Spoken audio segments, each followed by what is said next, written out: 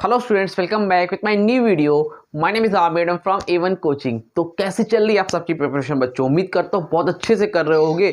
और मैंने आप लोगों को स्ट्रेटजी बताई थी कि कैसे आप लोग करना है। अगर किसी ऐसा बच्चा जिसने अभी तक कुछ नहीं पढ़ा है या टाइम बहुत कम है, थोड़ा बहुत ही पढ़ा है, तो मैंने तरीका बताया था कौन से चैप्टर पढ़ने हैं। तो अगर नहीं देखा है तो जाके डिस्क्रिप्शन में लेंगे, जाके देख लो। क्योंकि ISC कॉमर्स वालों के लिए बहुत ही कम कंटेंट अवेलेबल है पूरे यूट्यूब पर, तो इसलिए मैंने स्पेशली ये वीडियोस बना रहा हूँ ताकि आप लोगों की हेल्प हो सके। तो लास्ट वीडियो हम लोगों ने बिजनेस एनवायरनमेंट के इंपॉर्टेंट क्वेश्चन भी देखे थे और उसकी प्लेलिस्ट बनी हुई है, आप जाके देख सकते हो। प्लेलिस्ट में जाके देखना, हर चैप्टर वाइज जितने भी चैप्टर हैं, चैप्टर वाइज मैंने इंपॉर्टेंट क्वेश्चन सबके बताए हुए हैं। ठीक है, तो अब देखो, आज हम लोग बात करेंगे मैनेजमेंट की, और बाकी आज से कल तक में पूरे चैप्टर्स की इंपॉर्टेंट वीडियोस की जो वीडियोस है वो अपलोड हो जाएंगी बेटा। ठीक है, देखो अब आपका हम लोग बात करते हैं मैनेजमेंट चैप्टर की। ठीक है, इस चैप्टर में से आपका 4 से 5 नंबर का क्वेश्चन आने के चांसेस है, मैक्सिमम 5 नंबर तक का ही आएगा। ठीक है, तो देखो ध्यान से क्या आ सकता है इसमें।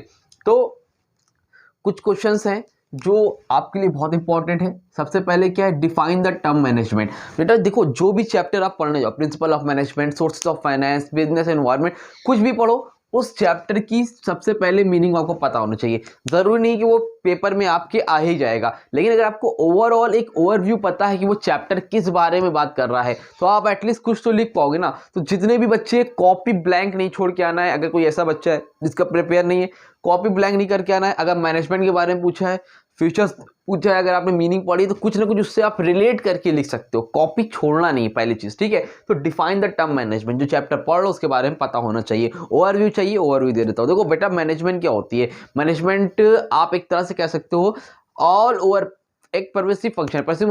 परवेसिव फंक्शन मतलब क्या होता है? ये ऑल ओवर, मतलब ऑल ओवर वर्ल्ड, कहीं भी चले जाओ ये इसका काम होता है। हर फील्ड में होता है। चाहे जैसे मैं पढ़ा रहा हूँ तो मुझे मैनेजमेंट करना पड़ता है, टाइम मैनेजमेंट करना पड़ता है, किस टाइम मुझे वीडियो एडिट करनी है, ये सारा काम करना पड़ता है। उस तरह कुछ भी कर रहा हो, किसी के घर में शादी पड़ी है, कोई मान लो कुछ भी A to Z, किसी की शॉप है, कुछ भी है, कुछ बना रहा है, कोई भी ऑर्गेनाइजेशन है, तो वहां पर मैनेजमेंट काम है। तो वहां पर कौन होता है बेटा? मैनेजर होता है।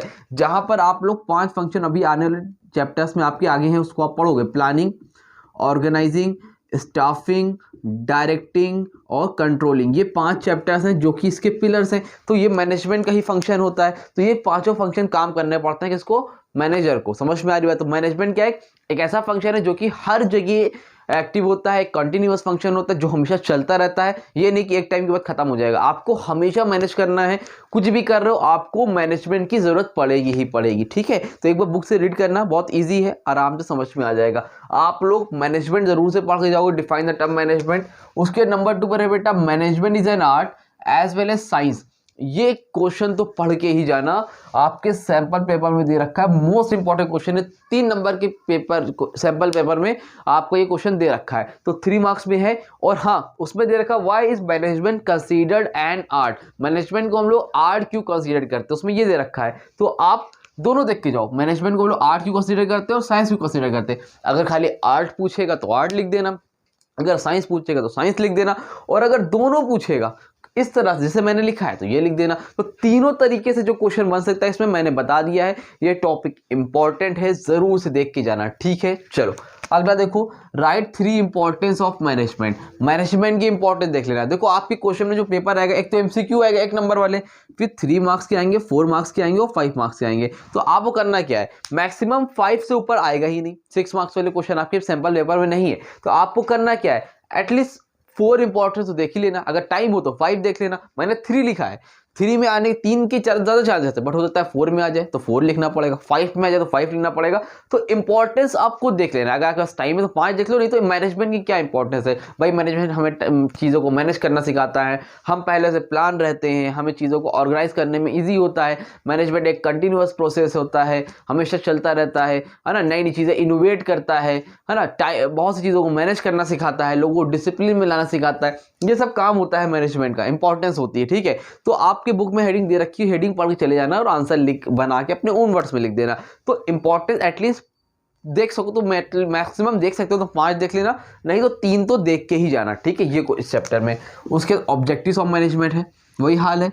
आप इसमें कम से कम एटलीस्ट 4 ऑब्जेक्टिव देख लो, 4 देख लो, 3, ठीक है। तो 4 ऑब्जेक्टिव लो, 5 में तो उसके आने के चांसेस नहीं है, 3 नंबर में आ सकता है या 4 में आ सकता है मैक्सिमम।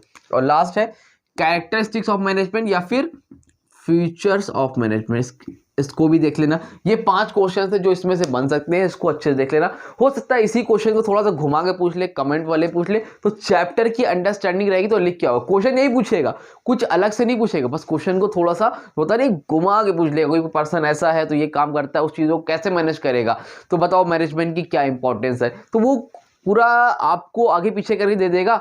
कमेंट वाले क्वेश्चनों को रहेगा वो इंपॉर्टेंस ही पूछेगा, बट आप सैंपल वीडियो देखना, एक क्वेश्चन दे रखा है, इंपॉर्टेंस ही पूछा है बट एकदम क्वेश्चन को घुमा दिया है, तो उसको रीड करो, सैंपल पेपर देखो, प्रीवियस ईयर क्वेश्चन देखो, ताकि आपकी अंडरस्टैंडिंग बनेगी। तो इसमें से आपको इतने ही क्वेश्चन देखने हैं, और हाँ गारंटी नहीं है 100% की इसी में ऐसा आएगा बेटा, बट ये एक एनालिसिस होता है, जिससे मैंने देखा है लास्ट ईयर में, प्रीवियस ईयर में जो क्वेश्चन आते हैं, या जितना मुझे तजुर्बा है पढ़ाने का, तो मुझे इससे आइडिया ये समझ में आता है कि हाँ इसमें से ही क्वेश्चंस आते हैं। अगर आपने इतना पढ़ लिया तो आप अपने आप ही कर लोगे, कोई प्रॉब्लम नहीं होगी। उसके अलावा आपके चैप्टर में लेवल्स ऑफ मैनेजमेंट है, तो उतना इंपॉर्टेंट है नहीं वो, बट अगर नॉर्मली आप देखना चाहो तो पता ही होना चाहिए। 3 लेवल होते हैं, एक टॉप लेवल होता है, एक मिडिल होता है, और एक सबसे नीचे वाला होता है ना। तो 3 है, टॉप, मिडिल और लोअर, तो तीनों को देख लेना एक बार, नहीं तो अपने ओन वर्ड्स में भी आप बता सकते हो। टॉप कौन होता है, ऊपर डायरेक्टर लोग होते हैं, मिडिल में कौन होता है भाई जनरल मैनेजर वगैरह होते हैं, और लास्ट में कौन होता है सुपरवाइजर वगैरह होते हैं ना, जो असिस्टेंट वगैरह होते हैं, तो वो होते हैं। ये तीनों चीज़ को अपना एक्सप्लेन कर लेना, ताकि इसके चांसेस इतने नहीं है, बट आपको पता होना चाहिए लेवल, टॉप, मिडिल और लोअर। ऊपर देख के जाओ, पेपर में तो आपका पेन अपने आप चलेगा, टेंशन की बात नहीं, ठीक है। तो इस चैप्टर से ये क्वेश्चन आपके बन सकते हैं। इसका स्क्रीनशॉट लेना, स्क्रीनशॉट ले लो जल्दी से, ले लिया, चलो ठीक है। तो अब भी थोड़ी देर में वीडियोस आती रहेगी, आज से कल तक में, और सारे चैप्टर्स के अपलोड हो जाएंगे। मैं नेक्स्ट जो है प्रिंसिपल ऑफ मैनेजमेंट की भी आ जाएगी, ठीक है। तो उम्मीद करता हूँ कुछ इंपॉर्टेंट लगाओ, जब तक इसको पढ़ो 1 घंटे में खत्म करो, फिर प्रिंसिपल ऑफ मैनेजमेंट के भी मैं इंपॉर्टेंट क्वेश्चन अपलोड कर देता हूँ, ठीक है। तब तक के लिए थैंक यू सो मच।